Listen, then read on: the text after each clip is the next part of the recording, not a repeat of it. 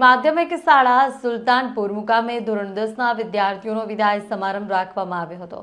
આ પ્રસંગે નવનિયુક્ત તાલુકા પંચાયત ગોંડલના સદસ્ય શ્રીમતી વર્ષાબેન ગોંડલિયા તેમજ ગામના સામાજિક અગ્રણી અને શિક્ષણવિદો તેમજ બહોળી સંખ્યામાં વિદ્યાર્થીઓ વાલીઓ ઉપસ્થિત રહ્યા હતા।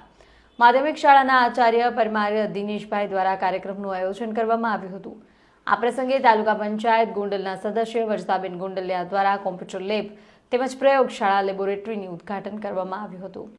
22/2/2025 રોજ અમારી શાળા શ્રી માધ્યમિક શાળા સુલતાનપુરમાં ધોરણ 10ના વિદ્યાર્થીઓ માટે વિદાય સમારંભ યોજવામાં આવ્યો હતો।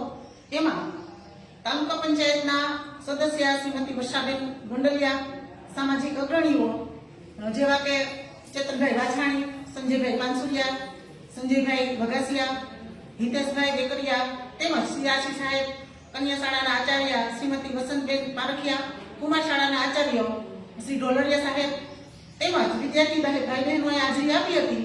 અને આ કાર્યક્રમની અંદર સાંસ્કૃતિક કાર્યક્રમ સાથે બાળકોને 1 થી 3 નંબર જે લાવનાર હતા એને ઇનામ વિતરણ કરવામાં આવ્યું હતું। તેમજ ગોંડલ તાલુકા પંચાયતના સદસ્ય શ્રીમતી વર્ષાબેન ગોંડલિયાના વરદ હસ્તે કોમ્પ્યુટર લેબ તેમજ પ્રયોગશાળાનું ઉદ્ઘાટન કરવામાં આવ્યું હતું।